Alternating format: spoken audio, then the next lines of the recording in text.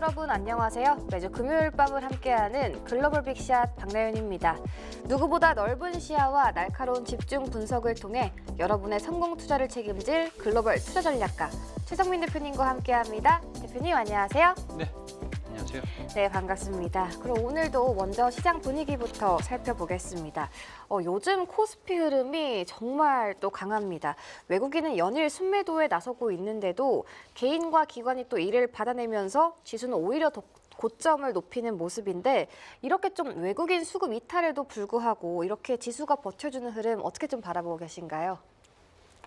우리가 코스피가 2,500원에서 4,700까지 왔다 이거죠. 그러니까요. 네, 그러면은 다른 거 다 빼고 그럼 지금 PER이 몇 배냐를 보면 PER이 한 17배, 18배 그 정도 왔겠거니라고 착각할 수도 있죠. 예, 그건 완전한 착각이죠. 네. 지금 보면은 2024년도가 코스피 전체 영업이익이 200조가 조금 넘었는데 2026년도를 보면 제가 다시 한번 얘기 드릴게요. 네. 왜냐면 잠깐 들으시면 까먹으실 수 있어서 2024년도에 전체 코스피 영업이익이 200조가 좀 넘었는데 2026년도 삼성전자와 SK하이닉스 두 회사만의 네. 코스피 영업이익이 얼마가 나올 것이냐 알 수 없죠. 근데 이제 추정치를 보면 한 300조까지도 나올 수 있다라는 거예요. 그렇죠? 예. 두 기업만이요. 그렇죠. 네. 그러면 당연히 전체 코스피는 그거보다 더 높을 것이고 그렇기 때문에 PER이 우리가 생각하는 것은 코스피 10배다. 뭐 이렇게 생각하잖아요. 그렇죠? 그렇죠. 10배다. 많이 가면 12배다. 뭐 이렇게 생각하고 어쩔 때는 9배다. 이렇게 생각하잖아요. 그래서 레인지가 이제 9배에서 12배 정도 됩니다. 그러면 지금 한 17배다라고 하면은 뭐 솔직히 말해서 되게 비싸죠. 다 팔아야 되죠. 솔직히 말씀드리면. 네. 그러나 지금 10.5배예요. 왜냐? 그만큼 이익이 엄청나게 증가했기 때문입니다. 그러니까 코스피의 지수가 예를 들어서 지금 만이라고 하는 부분도 생각해 볼게요. 만이요. 만이야. 지금 네. 만이야. 오늘부로 만이다. 그러면 PER이 지금 PER이 10.5배면 네. 그게 비쌉니까? 아니죠. 하나도 안 비싼 오. 거죠. 예. 이제 그런 식으로 이해를 하시면 됩니다. 그래서 영업이익이 수치가 엄청나게 많이 올라갔다. 물론 그 영업이익이 올라온 것이 대부분이 한 65에서 70%가 반도체 섹터에서 올라온 것이 조금 아쉽긴 하지만 네. 곰곰이 생각해 보니까 우리나라가 못하는 게 없어요. 조선도 세계 1등이죠. 네. 반도체도 세계 1등이죠. K 엔터테인먼트 물론 뭐 거기서 실적이 많이 나는 건 아니지만 전체적으로 비교해도 잘하죠. K 푸드도 잘하죠. K-pop. 그렇죠. 예, 그다음에 방산을 우리가 못합니까? K 방산. 그래서 전체적인 여러 섹터로부터 늘어나는 이익들이 이게 너무 커요. 그렇기 때문에 2026년 또 2027년까지 네. 이익의 증익은 계속될 것이다. 예. 그래서 만약에 지금 PER이 뭐 14배다, 15배다 이렇게 얘기하면 좀 비싸네요. 좀 무리하게 좀 올라온 건 사실이네요. 네. 그렇게 얘기할 분들도 계시겠죠. 코스피의 레벨이 4,700이든 5,700이든 6,700이든 7,700이든 간에 네. 지금의 밸류에이션이 PER 10.5배라면 그럼 저평가되어 있는 거죠. 그렇게 말씀드릴 수 있습니다. 올해 증시에 대해서도 굉장히 또 긍정적으로 전망해 주셨습니다. 화요일이었죠. 또 미국의 12월 CPI 지수가 발표가 됐는데 시장 예상치를 부합했잖아요. 어떻게 좀 바라보셨나요? 이제 그 시장 예상치를 부합했다는 것은 이제 뉴스에 속보가 나오고 우리가 뭐 기사를 통해서 읽어보고 다 할 수 있습니다. 그렇죠? 그렇죠. 그럼 뭐 초등학생도 다 한글만 하면 아는 거예요. 네. 네. 근데 이제 중요한 건 뭐냐면 이걸 어떻게 해석을 하느냐가 중요한 거 아니겠습니까? 그러니까 코어 CPI든 헤드라인 CPI든 대충 살짝 낮게 나온 것도 있고 이제 부합했습니다. 근데 얼마 전에 미국에 셧다운이 있었잖아요. 셧다운이 있어서 데이터들이 올바르게 축적이 되지 않았어요. 그래가지고 지금 전체 데이터의 한 40%는 추정 데이터가 들어갔어요. 어. 그러면은 시장에서 어떻게 보느냐? 네. 이거 뭐 제대로 나온 건가? 그렇죠. 이거 믿을 만한 것인가? 뭐 이런 생각을 하겠죠. 음. 그래서 좋게 나와서 좋은 건데, 좋게 나왔다는 것은 이게 낮게 나왔다는 거잖아요. 생각보다 뭐 좋은 건데 시장은 그렇게 움직이지 않았어요. 그리고 뭐 1월달, 3월달 금리 인하 여부, 가능성 그것도 그렇게 많이 움직이지 않았어요. 네. 물론 높게 나올 수도 있었잖아요. 이렇게 이제 물어보면은 뭐 그게 맞는 얘기지만 어쨌든 신뢰가 그렇게 많이 가지 않는 데이터입니다. 그래서 한 번 더 봐야 되고 네.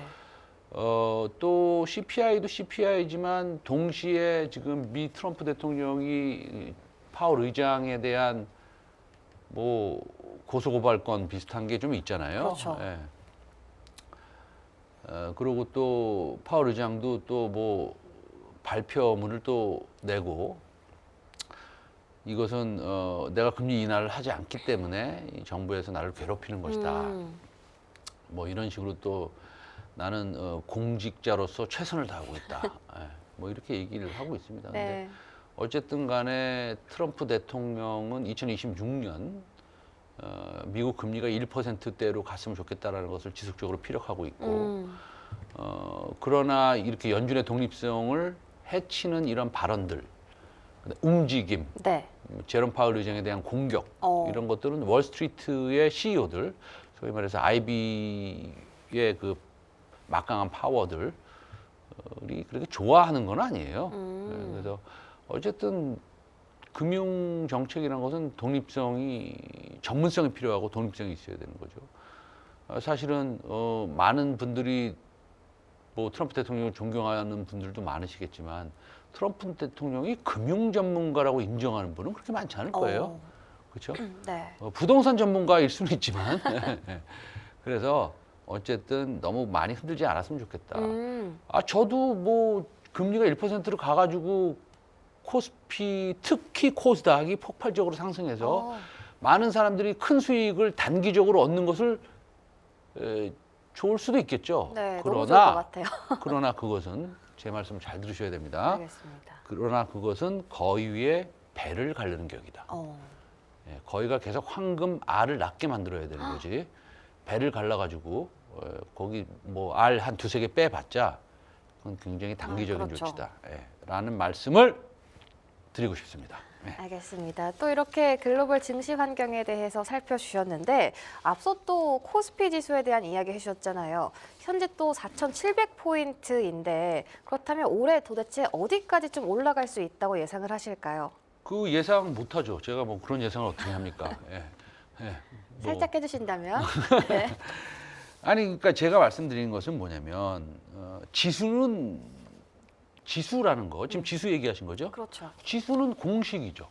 재무학적 공식 아닙니까? 실적 곱하기 PER은 지수 아니에요? 그러면 실적이 어떻게 될 것이냐를 우리가 알아야 되는 것이고 그 이익에 붙는 가격표를 알아야 됩니다. PER을. 네. 그러면은 PER부터 한번 따져볼까요? 지금 아까 제가 말씀드리면서 10.5배라고 말씀드렸잖아요. 지금. 그럼 10.5배가 우리가 적정하게 받을 수 있는 PER이냐 아니냐부터 따져봐야 될 거 아니에요. 그 PBR도 마찬가지입니다. 네. 그러니까 우리나라의 자기자본이익률 ROE가 상승할 것이냐 안 할 것이냐로 이제 또 결정이 나야 되는 것이고 그다음에 상법 개정을 통해서 우리나라의 뭐 물적 분할이라든지 아니면은 뭐 자사주 소각이라든지 이런 것들이 또 결정돼야 되는 것이고 그다음에 7월부터 우리가 24시간 그 포레인 엑스체인지가 가능하게 돼 있죠. 환전이 가능하게 이제 정부에서 시작한다고 그러는 건데 이 굉장히 중요하고 매우 중요합니다. 이것은. 네. 이게 조금 약간 3000% 가는 것 같은데 이거를 말씀드릴 수뿐이 없는 게 MSCI 디벨롭 마켓 소위 말해서 선진 지수로 가기 위해서는 여러 가지가 필요합니다. 여러 가지가 필요하죠. 지배구조 개혁도 해야 되고 배당도 많이 줘야 되고 뭐 여러 가지 많습니다. 그 다음에 또 액세시빌리티 소위 말해서 접근성도 향상시켜야 되고 그거는 어떻게 이제 그 계좌를 여는지 뭐 이런 여러 가지 아이디 오프닝 뭐 이런 게 있거든요. 근데 네. 그걸 다 떠나서 딱 하나만 꼽으려면 24시간 동안 거래가 가능해야 되거든요, 환전이. 네. 예를 들어서 제가 삼성전자를 지금 팔았어요. 나는 외국인이야. 그래서 10,000주를 팔았는데 이거를 이제 미국에 보내야 되잖아요. 그렇죠. 그 보내려면 달러로 보내야 되잖아요. 근데 환전을 못 하네? 그러면은 7시간, 8시간 기다려서 환전한다고 치자 이거죠. 네. 우리 가정을 하는 거니까. 근데 환율이 막 움직여. 그럼 환율 리스크에 노출돼 있잖아요. 어떤 리스크에 노출돼 있는 거가 제일 최악입니다. 예. 그거는 나이 드신 분이 외출을 해야 되는데 네. 눈이 많이 와서 바닥이 미끄러운 리스크에 노출돼 있는 거랑 똑같은 거예요. 엄청 큰 리스크네요. 그렇죠. 그런 리스크를 왜 줘야 됩니까? 음. 내 외국인이? 나는 지기 싫습니다. 네. 나는 싱가포르, 홍콩 같은 데 가서 좋은 주식을 사서 바로 환전해서 미국으로 보낼 수 있는 그런 시스템을 원합니다. 라는 거죠. 네. 그렇다고 본다면 우리나라가 MSCI 선진국 지수의 워치리스트에 일단 편입이 되고 그다음에 정식으로 편입이 될 텐데 워치리스트에 편입이 된다면 우리나라 위상은 올라갈 것이고 그러면 우리나라에 적용되는 그 가격표라는 거 PER 또는 PBR의 지표가 올라갈 겁니다. 그렇게 된다면 우리나라의 아까 제가 말씀드렸다시피 이제 다시 반복하게 되는데 2024년도에 영업이익이 200조 좀 넘어갔고 네. 2027년도에 예를 들어서 400조가 된다. 와. 뭐 예를 들어서 450조가 된다라고 한다면 일단은 실적은 엄청나게 뛰는 거 아니에요. 그렇죠. 거기에 적용할 수 있는 PER, 선진국 PER이 15배라고 한다면 대략적으로 15배 정도 될 거예요, 아마. 그렇게 된다면 우리나라 그거 아주 쉬워요. 이거 제가 주장하는 것도 아니고 그냥 산수입니다. 그럼 코스피가 많이 되는 거예요. 예. 그러다가 배당도 조금 올리고 상법 개정되고 그래서 뭔가 우리나라는 좀 안정적으로 투자할 수 있다라는 그런 이미지가 또 중요한 거거든요. 네. 그렇잖아요. 이게 허무맹랑하게 제가 말씀드리는 게 아니라 PER 적용되는 그게 높아진다는 거죠. 그러면 뭐 그냥 저 사람은 굉장히 극단적으로 얘기하네. 이게 아니고 네. 그냥 코스피 많이 너무 자연스럽다라는 겁니다. 2027년도에. 알겠습니다. 네네. 참 말씀해주신 것처럼 흘러간다면 너무나도 좋을 것 같습니다. 요즘 또 시장에서 보면 현대차 그룹의 상승세가 어마무시하거든요. 현대차 그룹의 상승세 좀 어떻게 바라보시나요? 그 남들은 뭐라 그러던가요? 정말 이렇게까지 올라올 줄 몰랐다 이렇게 얘기 많이 하시더라고요. 현대차 그룹을 분석을 할 때 네. 그거를 이제 여러 가지 가정을 두고 분석을 하는 게 좋은데 그 가정들이 조금 실현 가능한 가정들이어야 되잖아요. 실현 가능한 가정을 두고 분석을 하고 그걸 재무적으로 결합해서 숫자를 도출하고 그 숫자를 도출한 것이 뭐라 그럴까요? 합리적이어야 되지 않습니까? 그렇죠. 그러면은 우리가 가정을 한번 해보겠습니다. 첫째, 그러면 현대차를 그냥 쉽게 가정을 할게요. 현대차의 많은 우리 그 공장 근로자들이 있죠. 얼마 있는지 몰라요. 예. 그거는 나중에 제가 이제 엑셀을 돌려서 뭐 조금 분석을 더 자세히 할 수는 있지만 그런 것도 사실은 크게 뭐 의미가 없어요. 그 중에 3분의 1을 휴머노이드 로봇이 대체한다고 봅시다. 그러면 휴머노이드 로봇이 얼마입니까? 뭐 지금은 한 1억 원 할 테지만 엄청 비싸죠. 다 뭐 내후년에는 한 3천만 원 정도 할 겁니다. 근데 어쨌든 1억 원이라고 치죠. 네. 그럼 사람 보통 이 연봉이 1억 정도 됩니다. 그럼 로봇가 몇 년 일할 수 있습니까? 한 뭐 3, 4년 일할 수 있을 거예요. 물론 업그레이드하고 그래야 되니까. 그렇죠?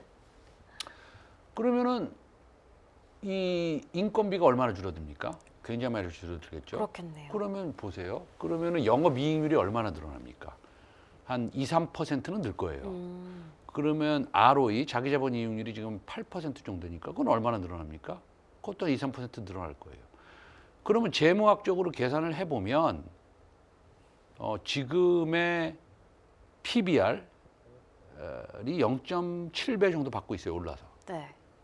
그러니까 전 세계에서 가장 좋을지도 모르는 로버트 회사가 PBR이 0.7배예요. 오. 가장 좋을지 아니면 망할지 그건 아무도 모르죠. 그렇죠? 그러나 보스턴 다이내믹스가 아틀라스를 공개했고 그것이 2028년도에 이제 실질적으로 뭐 양산을 한다 그러고 네. 어쨌든 간에 그렇게 되면 로봇의 성장률은 어떻게 될 것이냐를 어. 따져봐야 되고 그래서 이리저리 산수를 해보면 0.6배의 PBR은 터무니없다라는 거죠. 0.7배의 PBR은.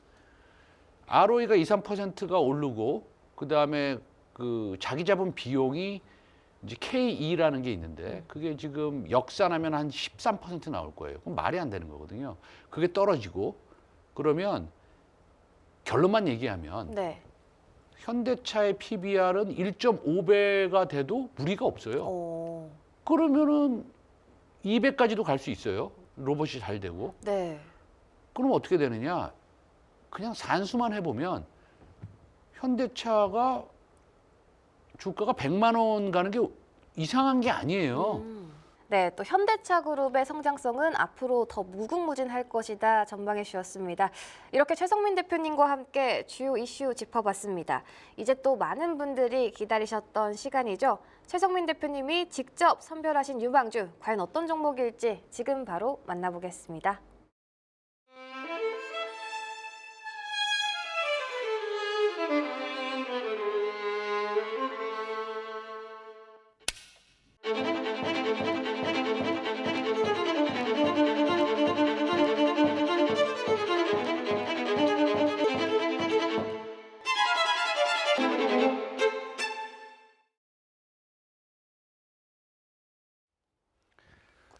네, 안녕하십니까. 최성민의 글로벌 빅샷의 최성민입니다. 오늘도 두 종목 소개 말씀드리도록 하겠습니다. 네, 첫 번째 종목은 현대 글로비스입니다. 요즘에 그 현대차 그룹에 속해 있는 현대차, 기아차를 포함해서 현대 모비스, 현대 글로비스 종목들 이런 대형 회사들의 주가가 굉장히 좋은 모습을 보이고 있는 것은 사실입니다. 먼저 우리가 주당 배당금 추이 및 전망을 얘기하기 전에 과연 현대 글로비스는 현대차 그룹에서 어떤 위치에 있는지를 먼저 파악하는 게 좋을 것 같습니다. 네, 첫 번째는 이제 죄송합니다. 이게 영어로 돼 있어서 죄송한데 이건 호주 IB 맥커리 리포트에서 이제 가져온 겁니다. 현대 글로비스는 정의성 회장이 20%를 가지고 있습니다. 어떤 회사를 봐도 이 정 회장의 요건 이제 아버지고요. 정 회장의 지분이 몰려 있는 곳은 단 한 군데도 없습니다. 그러나 현대 글로비스만 20%를 가지고 있습니다. 그렇다고 본다면 현대 글로비스는 현대 그룹의 지배구조의 변화의 핵심 축이다. 이렇게 이제 말씀을 드릴 수 있고요. 그런데 특이하게도 한 군데 더 있습니다. 보스턴 다이내믹스라고 하는 로보틱스 회사의 정의선 회장의 지분이 22.6%고요. 현대 글로비스 지분이 11.25%입니다. 그래서 그만큼 현대 글로비스는 현대 그룹의 굉장히 중요한 지분적인 구조 측면에서 상당히 우리가 눈여겨봐야 될 그런 회사다라는 것을 말씀드리고 싶습니다. 게다가 현대 글로비스는 보스턴 다이내믹스의 지분을 11%나 가지고 있는 밸류가 굉장히 큰 회사입니다. 그렇기 때문에 현대차도 뭐 투자가 굉장히 할 만한 매력적인 요소를 가지고 있고 현대 모비스는 또 AS를 해야 되고 부품을 조립해야 되고 부품을 납품해야 되는 그런 회사로서 굉장히 매력적임은 분명합니다. 그러나 그 중에서 가장 매력적인 회사로 꼽는다면 그것은 현대 글로비스가 아닐까라고 봅니다. 현대 글로비스의 주주는 최대 주주는 정의선 회장입니다. 또 하나를 보면은요, 사실은 거의 뭐라 그럴까요? 지주회사 비슷한 회사로 운영이 되고 있기 때문에 주당 배당금이나 그다음에 배당금의 성장이 굉장히 가파르게 늘어날 것이고 상당히 안정적인 배당을 줄 것으로 보고 있는 회사가 또 현대글로비스입니다. 그래서 현대글로비스는 이 로봇 산업의 이 기술적인 측면을 훨씬 뛰어넘는 이 병목을 해결할 수 있는 몇 안 되는 글로벌 플레이어 중에 하나다라고 볼 수 있겠습니다. 그래서 우리는 현대글로비스를 주목해야 된다. 로봇 산업의 핵심 축이 될 수 있다. 이렇게 생각을 하고 있습니다. 다음 종목은 AS하는 차원에서 동훈아나텍을 또 말씀드리겠습니다. 동훈아나텍은 주가가 한번 폭발한 이후에 조정을 받고 있습니다. 조정을 받고 이때 바로 대주주라는 것은 뭐 우리나라로 따지면 오너라고 할 수 있는데 이 오너라는 개념은 해외는 없지만 어쨌든 대주주가 30억 정도의 자사주를 매입한 가격대까지 다시 내려와 있습니다. 동훈아나텍은 뭐 여러분 아시다시피 CES 2026에 참가를 해서 디셀라이프라는 그 소위 혈당 타액을 통한 혈당 기를 갖다가 또 홍보를 한 그런 기회를 가졌고요. 그 다음에 지금 현재 우리가 얘기하는 이 상황에서도 JP 모건 헬스케어 컨퍼런스에 참여해서 또 많은 글로벌 바이오 회사들과 지금 협상 중에 있는 것으로 알고 있습니다. 게다가 사실은 또 요즘에는 뭐 테슬라의 풀 셀프 드라이빙이라든지 아니면 현대차의 그 자율주행 관련해서 또 얘기가 많이 나오고 있는데요. 라이다를 또 공급하는 라이다의 칩을 공급하는 회사입니다. 원래는 그 SOS 랩이 글로벌 휴머노이드 기업의 라이다를 공급을 추진하고 있고 여기에 들어가는 칩을 동훈아나텍이 또 제공을 하고 있습니다. 그래서 자율주행에도 들어가고 로보틱스에 들어가는 DW9930이라는 이런 IC 반도체를 SOS 랩을 통해서 지금 계약이 임박돼 있다라는 그런 얘기가 들려오고 있습니다. 디셀라이프 다시 한번 말씀드리면 타액을 통해서 AI 머신러닝을 통해서 이제는 우리가 손가락이나 아니면 발가락에 피를 내지 않고 혈당을 갖다가 측정할 수 있는 것을 식약처에 지금 사전 검토 신청을 해놨고요. 그 결과가 이제 얼마 안 있으면 나옵니다. 뭐 제 생각에는 2, 3주 안에 나올 수 있을 것 같습니다. 그렇다고 본다면 품목허가 신청이 들어가는 것이고요. 그래서 올해의 이 스몰캡 중소형 주 중에서 조금 실적이 늘어나고 그다음에 리레이팅이 가능한 회사를 하나 고른다면 저는 동훈아나텍을 고르고 싶고요. 동훈아나텍의 기존 사업 OIS라든지 아까 말씀드린 자율주행 로보틱스에 들어가는 칩을 개발하는 것들인지 이런 것들은 작년보다 훨씬 더 실적이 상승하는 회사에서 말하는 것은 2024년도에 가장 좋은 실적을 냈는데 그거보다 훨씬 더 좋은 실적을 2026년도에는 낼 수 있다라고 IR에서 발표하기도 했습니다. 그러니까 그 뜻은 뭐냐면 2023년도 4년도에 이런 큰 영업이익률 추이가 지금 올라가고 있다라는 겁니다. 그래서 실적적인 측면, 그 다음에 디셀라이프의 잠재력, 그 다음에 자율주행과 로보틱스에 들어가는 IC 반도체의 잠재력을 봤을 때 동훈아나텍은 올해 조금 유심히 우리가 신경 써서 매매해야 될 그런 종목 중에 하나다라고 말씀을 드리고 싶습니다. 네, 오늘 제 방송을 시청해 주셔서 대단히 감사드립니다. 네, 이렇게 최성민 대표님과 함께 시장의 흐름과 그 속에서 주목해야 할 업종과 관심주까지 모두 살펴봤는데요. 참고하시고 현명한 투자 해보시길 바라겠습니다. 글로벌 빅샷 오늘 저희가 준비한 시간은 여기까지입니다. 시청해주신 여러분 모두 고맙습니다.